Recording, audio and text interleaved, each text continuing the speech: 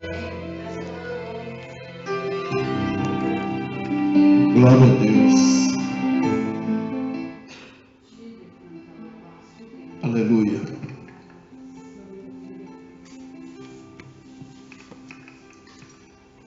Bom dia, né? Paz do Senhor. Deus é muito bom. Sua misericórdia dura para sempre, né? Deus sabe de todas as coisas, até o motivo de estarmos aqui. Quero que você abra sua Bíblia no livro de Hebreus, capítulo 13, versículo 15.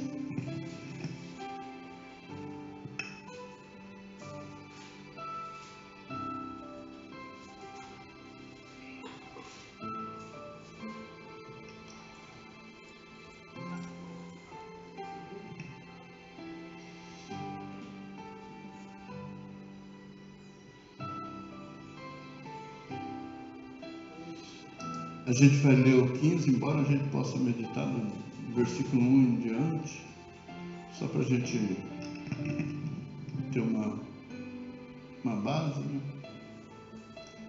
Amém? Quem encontrou, diga amém. Vamos ler juntos o verso 15.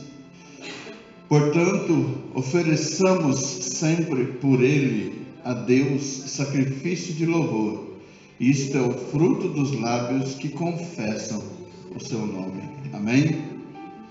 Fruto dos lábios. A palavra de Deus fala sobre as obras da carne e os frutos do Espírito. O nosso louvor que seja um sacrifício agradável a Deus.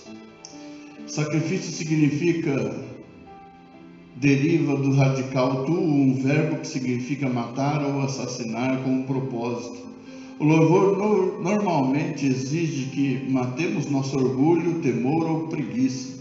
Qualquer coisa que ameace diminuir ou interferir em nosso louvor ao Senhor. Aqui também descobrimos a base de todo o nosso louvor. O sacrifício de nosso Senhor Jesus Cristo. É por Ele, nele, com Ele e a Ele que oferecemos nosso sacrifício de louvor a Deus. Jamais se poderá atrapalhar o louvor com sucesso quando mantemos o enfoque do louvor nele, o autor e consumador de nossa salvação.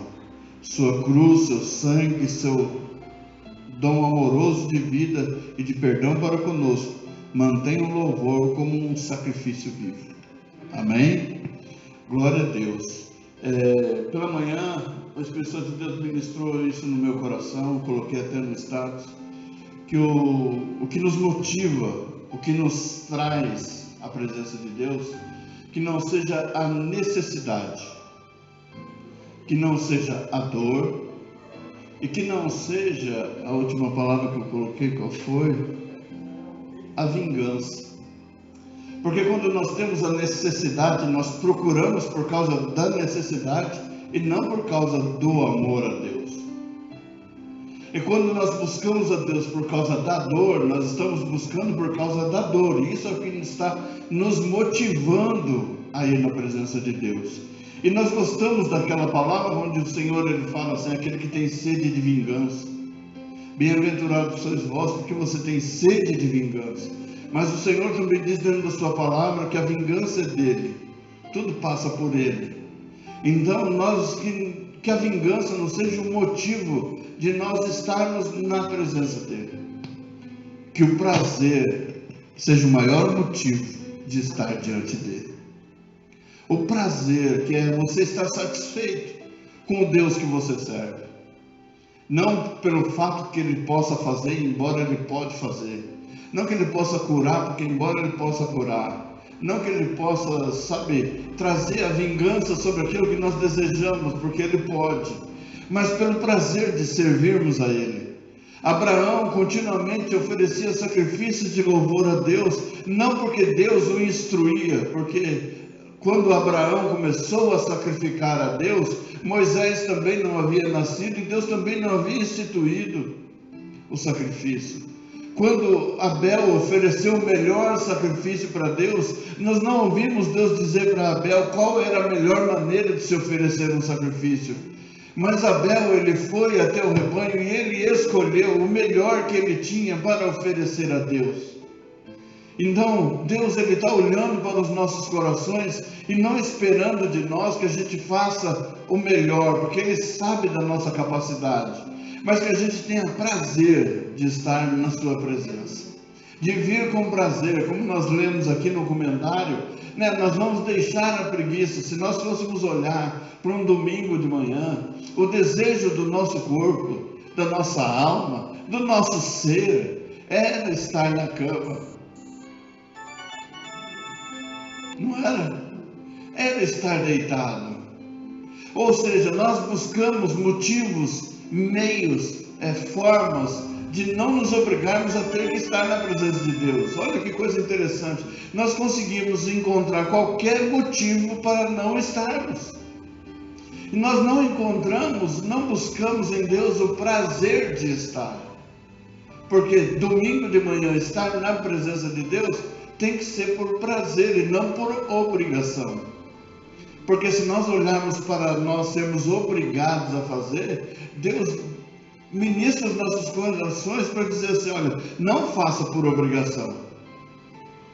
Quando ele fala sobre ofertas ali em 2 Coríntios capítulo 9, a partir do verso 6, o apóstolo Paulo ministra a igreja dizendo assim, que você não venha oferecer a Deus por causa da sua necessidade ou por causa do constrangimento. Porque quando se pede, quando se fala, as pessoas ficam constrangidas. Que não seja dessa forma, porque Deus ama aquele que faz com alegria. Não, Deus ele não ama aquele que faz por barganha. Eu estou fazendo algo aqui para Deus me dar algo em troca. O prazer ele vai muito além disso. É como Deus ele quer trazer sobre nós a alegria. Quando ele diz que para que a sua alegria seja perfeita. Quando ele fala alegria perfeita, é um estado de satisfação. Deus ele quer te deixar satisfeito.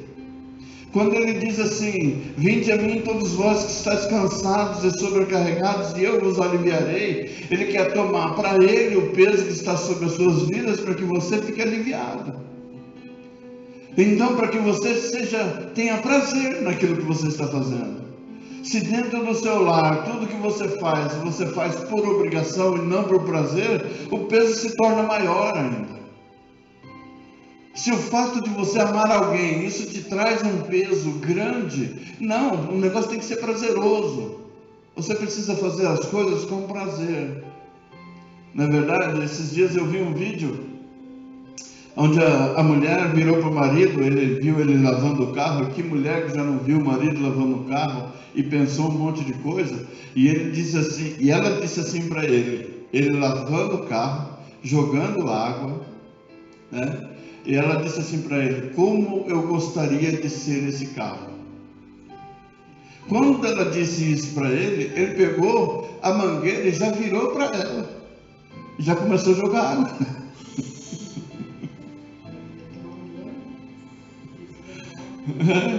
Por quê? Qual é a finalidade? Ele estava tendo intimidade com o carro. E o fato de você jogar água vai querer intimidade também. Então, não é isso que você quer. Eu tenho prazer no que eu estou fazendo. Então, tudo que a gente vai fazer, a gente precisa ter prazer. Tem que ter o gosto. Então, se você vai sentar à mesa para se alimentar, você não pode sentar chorando. Você não pode sentar lamentando. Você tem que sentar e se alimentar com prazer. Eu não me esqueço do testemunho disso. Foi um padre que contou esse testemunho do pai que estava orando a Deus pelo alimento que não tinha sobre a mesa. E como é que alguém pode preparar uma mesa para se alimentar ou dar alimento para sua família se não tem? Ele pode somente ficar lamentando. Mas o testemunho diz que aquele homem sentou em volta da mesa junto com seus filhos e ele começou a orar a Deus e agradecer a Deus pelo alimento que não tinha. e naquele momento Deus visita os seus filhos com o Espírito Santo. Deus batiza os filhos dele com o Espírito Santo. E ele fica maravilhado com aquilo, mas ele diz: Senhor, mas depois de toda essa manifestação vai dar fome. É como quando a gente vem para o culto, depois do culto o que dá? Fome. Não dá vontade de comer? Às vezes a gente vem sem comer, em jejum, já começa a dar fome, seu corpo já começa a ficar estranho, então você já quer forçar, porque você precisa disso. Então depois desse mover eles vão ter fome, e depois daquele mover veio o suprimento. Deus supriu as necessidades daquela família, e glória a Deus. Mas ele sentou na sua mesa com prazer, embora ele não tivesse. Então, se Deus está tirando todo o fardo dos nossos ombros, se Deus está nos auxiliando, se tudo aquilo que era para nós um peso, Ele tirou para que você tenha prazer no que você está fazendo, por que nós vamos querer nos colocar debaixo do jugo de novo, para perder aquele prazer, aquela vontade? Se o que me traz à casa do Senhor é a alegria, por que eu tenho que pensar em quem me fez o mal? Por que eu tenho que ficar pensando naquela dor que eu passei à noite? Por que eu tenho que olhar para aquela dificuldade, se eu estou vindo para adorar a Deus? Então quem adora a Deus não espera nada em troca. É uma palavra difícil de dizer. Como é que você vai adorar a Deus se você está buscando alguma coisa em troca? Então eu estou te dando algo para você me dar algo.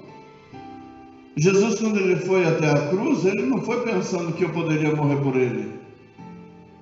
Ele foi pensando que ele poderia morrer por nós.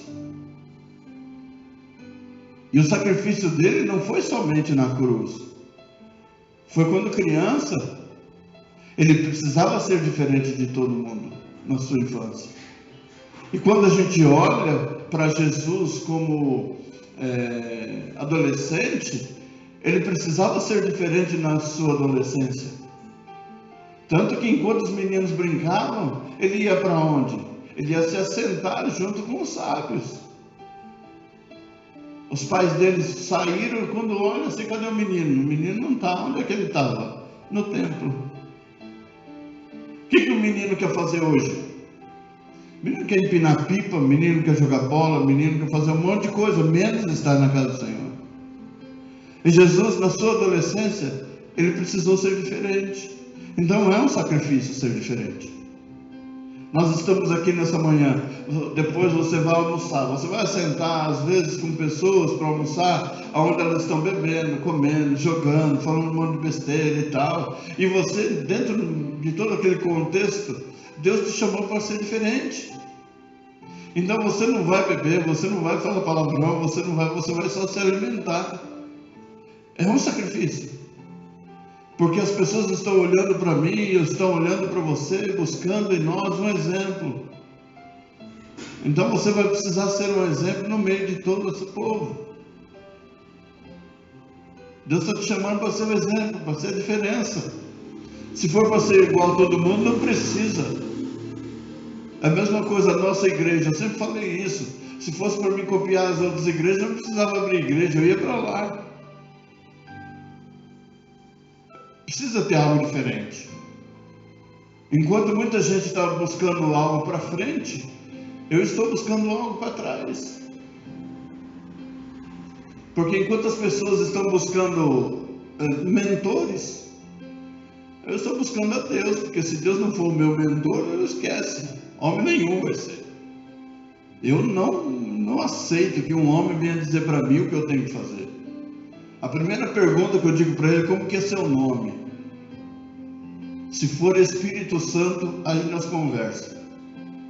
Porque se for qualquer outro nome, nem eu sento para conversar. Porque as pessoas querem ditar o que os outros fazem. Por exemplo, hoje eu sei que até tempos atrás, até 17, 19 anos atrás, os pastores que estavam sobre mim, um deles chegou e falou para mim assim: comigo você não será pastor. Então, se essas pessoas, se pastores que estavam acima de mim, eles trabalharam para que eu não chegasse, Por que hoje, depois de 16 anos de pastor, eu vou sentar com eles e ouvir o conselho deles? Não tem como. Porque eu observo e vejo que eles não mudaram. Eles continuam da mesma maneira. Ou seja, há pessoas que elas não querem você pelo fato da sua presença. Elas querem você para que você as sirva. Você serve para servir, mas não serve para ser honrado. E Deus não nos escolheu somente para servir, também para sermos honrados. Amém? Então, se você tem pessoas à sua volta que tudo o que fazem, depois elas requerem de alguma maneira, ou elas querem que você esteja junto delas, somente para que você as sirva, elas não têm prazer em você e estar junto com você. A mesma coisa o Senhor. Nós precisamos chegar diante dele com um prazer. Senhor, obrigado pela oportunidade de estarmos diante da tua presença. Não foi por força. Ontem à noite eu já estava passando a minha camisa para vir para o culto. Ontem à noite. Então não é uma coisa assim que eu vou deixar em cima da hora, sabe, aquela coisa de qualquer jeito. Não, eu vou me preparar para estar na casa do Senhor. Quando havia festas em Jerusalém, o povo se programava, era uma vez por ano, então eles se programavam para aquela festa. É a festa da colheita. Então na festa da colheita eu vou oferecer a Deus a primícia da colheita, ou seja, os primeiros grãos colhidos eu quero oferecer ao Senhor, porque foi Ele que deu a terra. Ele deu a terra, Ele preparou a semente e eu joguei, mas só que foi Ele que deu o crescimento para aquela semente. Foi Ele que fez brotar, foi Ele que mandou a chuva serótea, foi Ele que mandou a temporã, foi Ele que mandou regar a terra, foi Ele que fez todas as coisas. Então, neste momento da colheita, o melhor eu quero oferecer para Deus. Então, eles se preparavam uma vez por ano para oferecer a Deus a primícia. Uma vez por ano.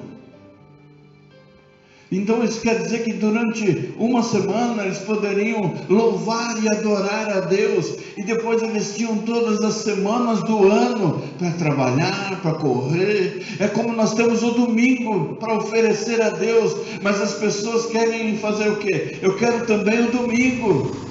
Então eu não ofereço nem segunda, nem terça, nem quarta, nem quinta, nem sexta, nem sábado, nem domingo. Eu não quero oferecer nenhum dia, nenhuma hora do dia para o Senhor. E quando nós viemos para a casa do Senhor, se um dia tem 24 horas, 10% desse dia das 2 horas e 40 minutos. E a gente reclama de ficar 30 minutos na presença de Deus. E Deus ele não quer que a gente se apresente diante dele porque nós somos obrigados. Está certo que para mim hoje, 29 anos depois de convertido, é fácil eu dizer para um novo convertido. Por quê? Porque eu já estou calejado, eu já estou experimentado. Porém, a minha natureza humana não deixa de desejar o que é da natureza. Ela não deixa, então eu preciso me forçar a estar na presença de Deus. Porque senão a gente descamba. A gente descamba, vai para o lado errado. Deixa o pastor parar, que eu não consigo ficar. Eu pedi para a Lídia até uma cadernetinha, e a Ana pediu para ela também. Aí ela falou assim: você já anotou alguma coisa? Eu falei: já. Porque de vez em quando eu estou assim parado, Deus ministra no meu coração e eu quero anotar. São coisas assim que eu quero chegar e deixar marcado. Só que é pequeno, isso aqui não dá. Isso aqui é só o começo. Mas eu acho bonito, gente, você abrir e tal. Então você está ali, ligado no Senhor. E para que você desligue, você precisa pecar. Sabia disso? Para a gente se desligar de Deus, a gente tem que pecar. E você não quer fazer isso. Amém? É o pecado que nos afasta de Deus. Nos afasta de Deus. Não afasta Ele da gente, porque não tem como fugir da presença dEle. O salmista ele disse assim: para onde fugirei eu da sua presença? Se eu subir aos céus, lá tu estás. Se eu for à profundeza do mar, ali tu estás também. Não tem como fugir da sua presença. Então o pecado que tão de perto nos rodeia, é como diz Hebreus capítulo 12, ele nos afasta. Então pecando você fica longe de Deus. E você pode observar que para você pegar depois de novo, demora um bocado. Porque você precisa vir com um processo de arrependimento. E arrependimento é prometer não fazer de novo. Amém? Arrependimento é prometer. A palavra significa prometa não fazer outra vez. A mesma coisa. Então o que a gente vê as pessoas fazendo? Elas confessam o pecado e faz de novo. Depois confessa. Só que aquele arrependimento valeu só para a primeira vez. Depois ela acha que ela está bem com Deus, mas não está. O pecado repetitivo, o mesmo pecado repetitivo, traz um dano ainda maior. Porque a primeira vez é inocência, a segunda vez já é consciência. Amém? Ainda bem que está gravando isso. A primeira vez é inocência, a segunda vez já é consciência. Então, se você fez consciente, o Espírito Santo de Deus vai te tratar segundo a sua consciência. Você sabia que era errado? Sabia. Fez por quê? Não é mais dura a palavra? Mas a carne é fraca. A Bíblia diz que a carne é fraca. Então, se a carne é fraca, então vigia. Então, nutre a sua parte espiritual. Como é que a gente nutre a nossa parte espiritual? É como se fosse a imunidade.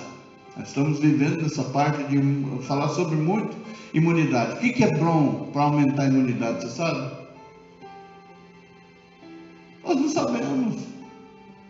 Ela comeu um bife de fígado, é o mais barato que tem. Mas nem todo mundo gosta, mas é o que aumenta a imunidade. Beterraba, todo mundo acha ruim, mas é o que aumenta a imunidade. Vitamina C, se alimentar bem, comer fruta. Não, gosto de carne, coma fruta, verdura. O alface é calmante, coma alface. Não, mas eu gosto de comer só a folha, aquele talo. O calmante está no talo. Não é? Vocês são cozinheiros, vocês devem saber disso. Não?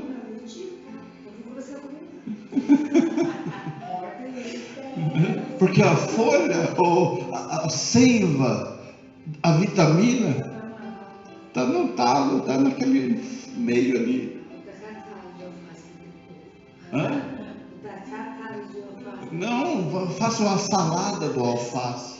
Tomate, o tomate é verdura ou é fruta? Diz não, é fruta. E muita gente não gosta. Se um dia a irmã se alimentar lá em casa, a irmã vai ver que, num tempo bom, lógico, né? A Né vai lá e separa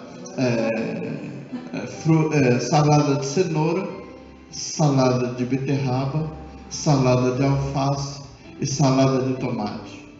Alguém que diz assim: eu não sou cavalo para comer folha. Aí eu, na minha mente, fico assim: mas é burro para comer grama. Porque se não come alface, vai comer grama, depois vai ficar reclamando. Isso se não comer a grama por baixo da raiz, né? É quando morre. Então, as vitaminas, a imunidade, nós precisamos nutrir o nosso corpo, para que quando chegar a gripe, simplesmente a gripe, ela só venha, bate e vai embora. Porque nós temos o quê? Nós temos defesa. O nosso organismo se defende contra o que vem. Se a nossa imunidade está baixa, o que pode acontecer? Pode gerar tantos problemas na saúde que pode levar à morte. Um dos problemas mais graves que eu vejo, tem a meningite viral, que é aquela que é transmitida, e tem a meningite que você tem dois vírus dentro do seu organismo, que eles se aproveitam na medula para entrar somente quando as defesas estão baixas. E se ele entrar na corrente sanguínea, ele causa uma reinfecção generalizada e leva a pessoa à cegueira, à paralisia e à morte. O diabo, eu olho esses dois livros, ele fica esperando o momento certo de entrar. Porque entrar dentro vamos colocar assim, nós falamos da seiva, se você falar assim da medula, é onde gera o sangue, circula o sangue para todo o corpo. Então ele quer uma oportunidade para entrar em um lugar onde ele possa destruir. Porque Jesus ele disse que ele veio para roubar, matar e destruir. Então nós precisamos manter a nossa defesa, o nosso organismo bem alimentado, que é para a gente poder vencer um inimigo que a gente não conhece e a gente não vê. Você não vê o vírus, você não vê bactérias, a não ser que você for no microscópio. Você não vê o diabo, mas isso não quer dizer que eles não existam. Eles só estão esperando a oportunidade. Assim é a nossa parte espiritual. A Bíblia diz assim que nós somos formados de corpo, alma e espírito. Nós somos um espírito, possuímos uma alma e habitamos num corpo. Quando morremos, o pó volta à terra, o pó volta ao pó, o espírito volta a Deus que o deu, e a alma é a consciência. É o que resta, é o que sobra. E essa alma, depois de um corpo glorificado, nós vamos nos apresentar diante de Deus e seremos julgados por Ele. As nossas atitudes. Então, se nós alimentamos bem o nosso corpo, nós precisamos alimentar bem a nossa alma. Porque o nosso espírito deseja sempre estar na presença de Deus. E a nossa carne, que é a nossa natureza humana, que é a nossa alma, deseja se alimentar daquilo que é da natureza, que é o pecado. Então nós precisamos deixar que o nosso espírito comande a nossa vida. Então nós precisamos fazer com que o nome do Senhor sobre nós seja continuamente glorificado. Então, se você não consegue ler a Bíblia, então coloque um áudio, Bíblia de áudio no celular. Ouça de Gênesis a Apocalipse. Você não vai ler, mas você vai ouvir. E você vai estar alimentando a sua alma, a sua consciência, o seu subconsciente. Se nós temos consciência, por exemplo, uma visão, quando você olha assim uma coisa, essas coisas que você está olhando, elas estão sendo arquivadas na parte de trás. Existem, acho que 3 faixas assim na nossa visão, lá atrás, que é o subconsciente. Por isso que muitas vezes nós sonhamos com aquilo que nós passamos no dia, porque ficou ali arquivado. Então nós precisamos alimentar a nossa alma, precisamos alimentar o nosso corpo, porque o nosso espírito já está pronto para adorar a Deus. O que nos trouxe aqui nesta manhã foi o nosso espírito, porque a nossa alma desejava a cama, o nosso corpo ele vai de acordo com aquilo que comanda. Se é Deus que comanda a nossa vida, nós vamos estar onde Deus quer que a gente esteja. Se não é Deus que comanda a nossa vida, nós vamos estar onde nós desejamos estar. Amém? Que o nome do Senhor sobre nós sempre seja glorificado. Nós temos esse motivo, portanto, ofereçamos sempre por Ele a Deus sacrifício de louvor. Isto é o fruto dos lábios que confessam o seu nome. As minhas atitudes, as minhas palavras, elas condizem com aquilo que eu sou. Então, como é que eu carrego dentro de mim um ser especial, que é o Espírito Santo, como você carrega? Então, esse Espírito Santo, ele está dentro de você. Para que as pessoas saibam que ele está dentro de você, o que vai transmitir para as pessoas são as suas atitudes. Elas é que vão dizer quem é que está agindo. Se você vê as obras da carne, abra lá sua Bíblia no livro de Gálatas, só para a gente não ficar nas minhas palavras.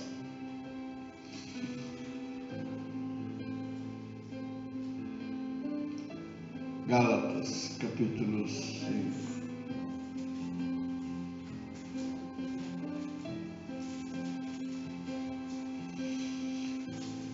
Gálatas, capítulo 5, a partir do verso 16. Amém? Conseguiu achar? Vamos achar Coríntios, a irmã vai um pouquinho mais para frente. Depois de 2 Coríntios, Gálatas, capítulo 5, a partir do versículo 16.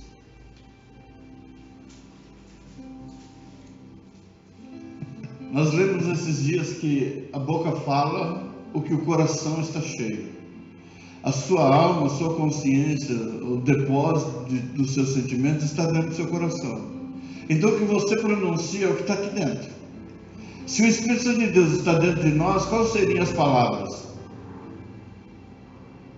Nós precisamos que a gente se confunda de tal forma de que quando a gente olhar para nós, a gente não consegue mais ver a gente vê Deus. E quando a gente olha para Deus, a gente vê a gente.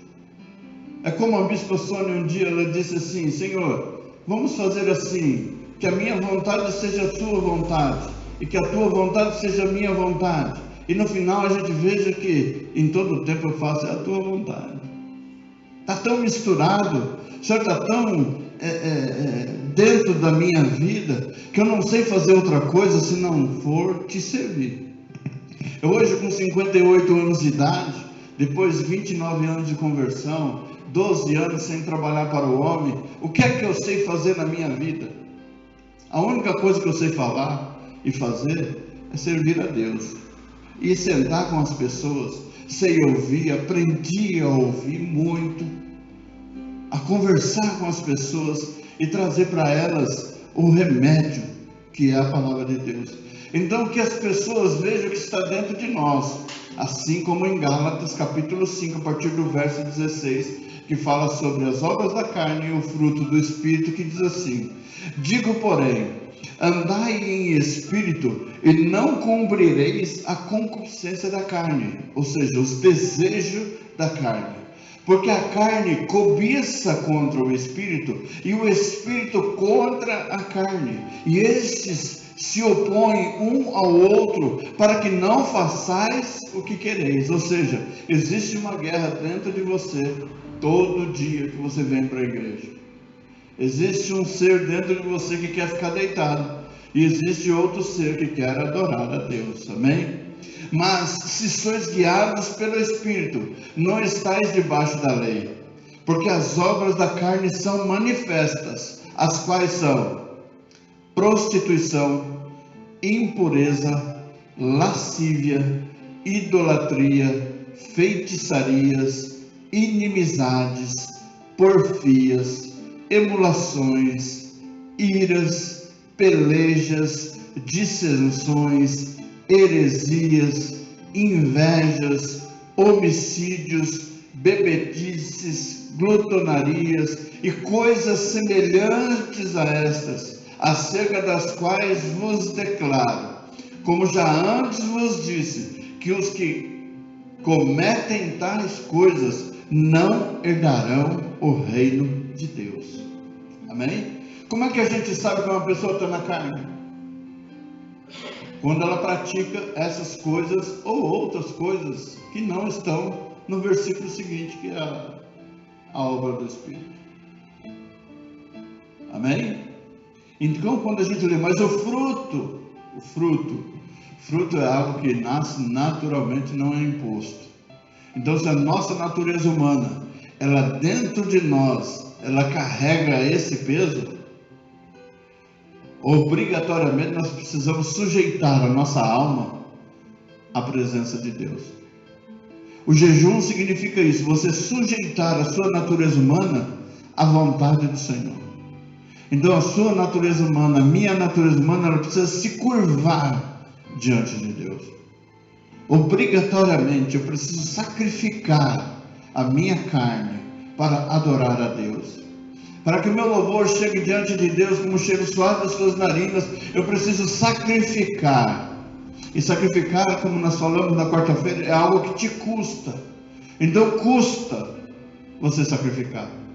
Custa você deixar de fazer aquilo que você gosta por amor a Deus. Então, quando as pessoas disserem assim, olha, mas foi eu que te ganhei para Jesus, não foi Jesus que me conquistou. Ele fez uma grande obra na minha vida.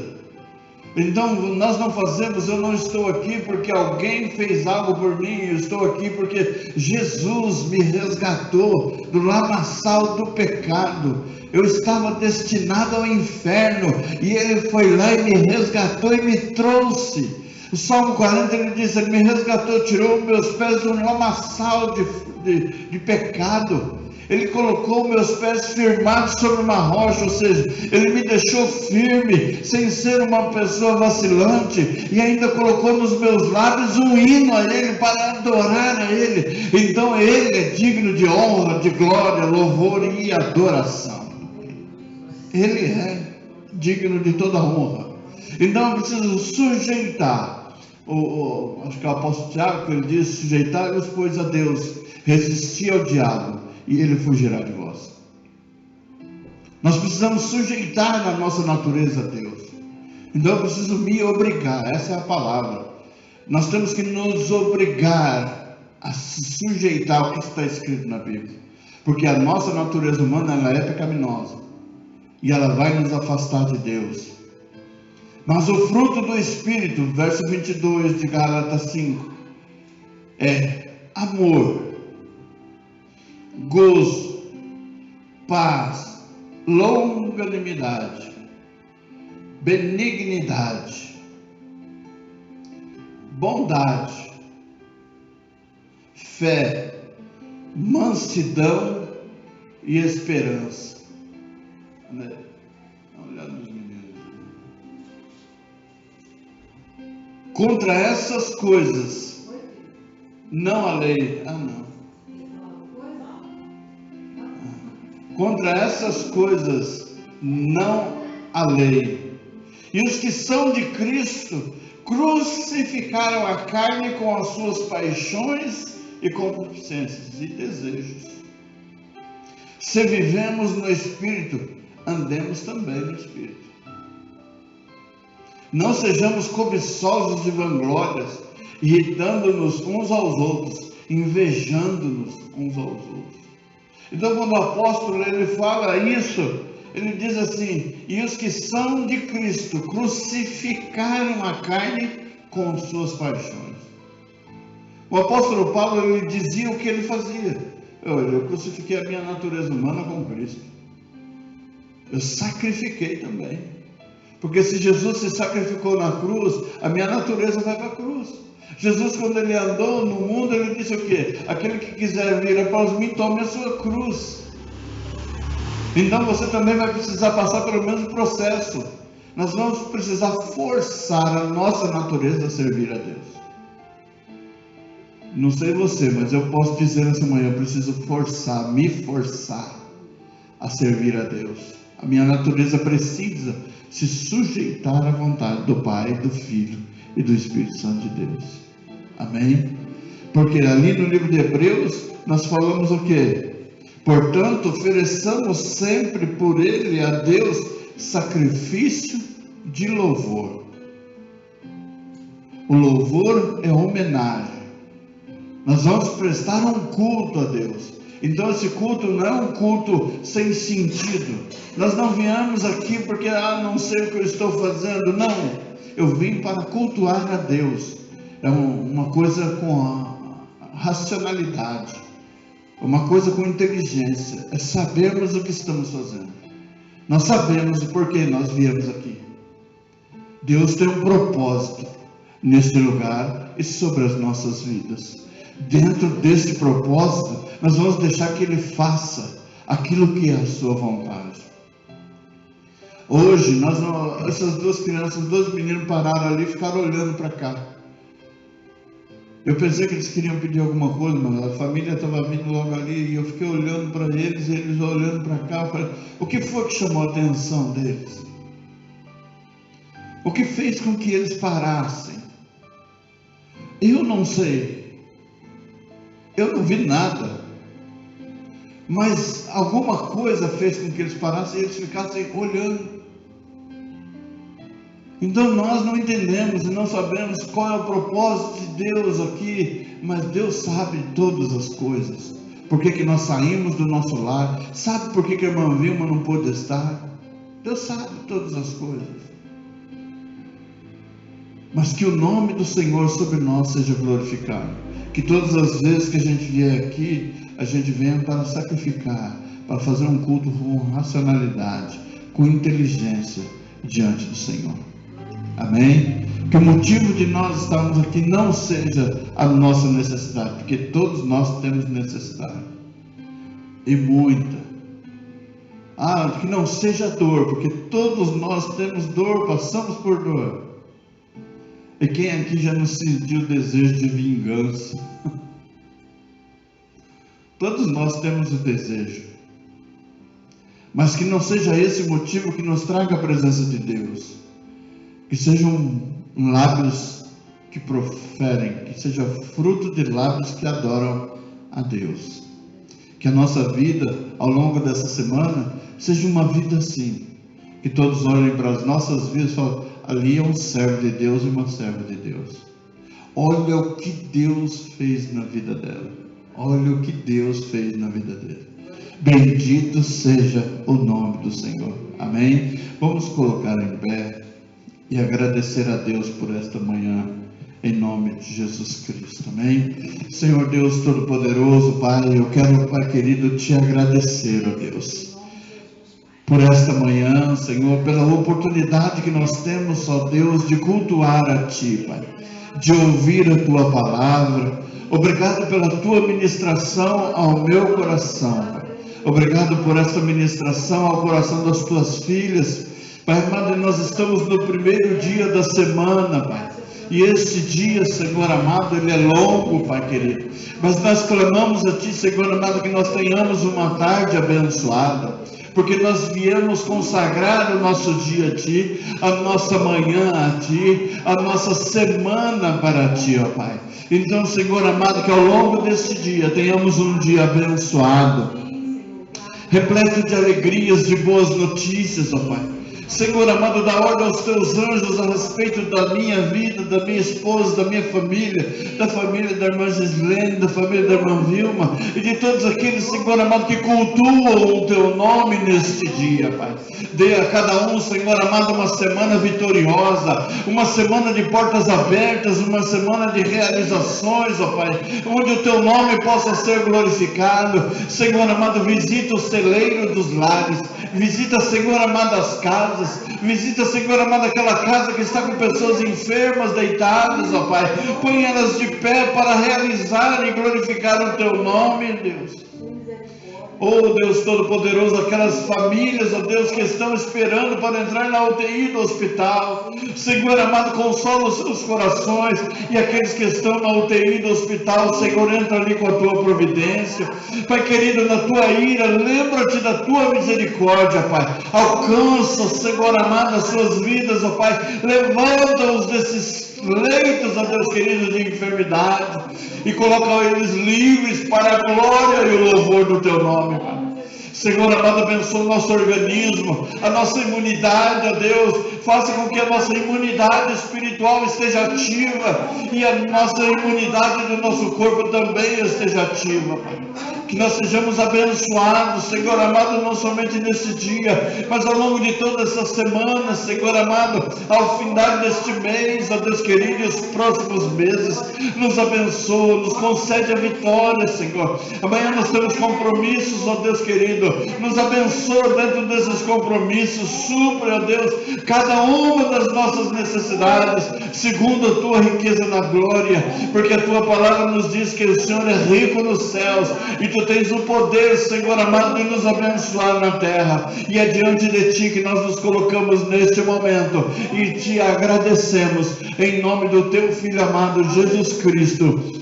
Amém, Jesus. E que a graça de nosso Senhor e Salvador Jesus Cristo, o amor de Deus, o nosso Pai, a comunhão e a consolação no Santo Espírito de Deus esteja com a Igreja Vitoriosa de Jesus Cristo aqui reunida e todos os irmãos digam amém. Está encerrado em nome de Jesus. Cumprimento o seu irmão com a paz do Senhor. Por gentileza, não esquece do pastor, amém? Pega a fila para cumprimentar o pastor. Em nome de Jesus.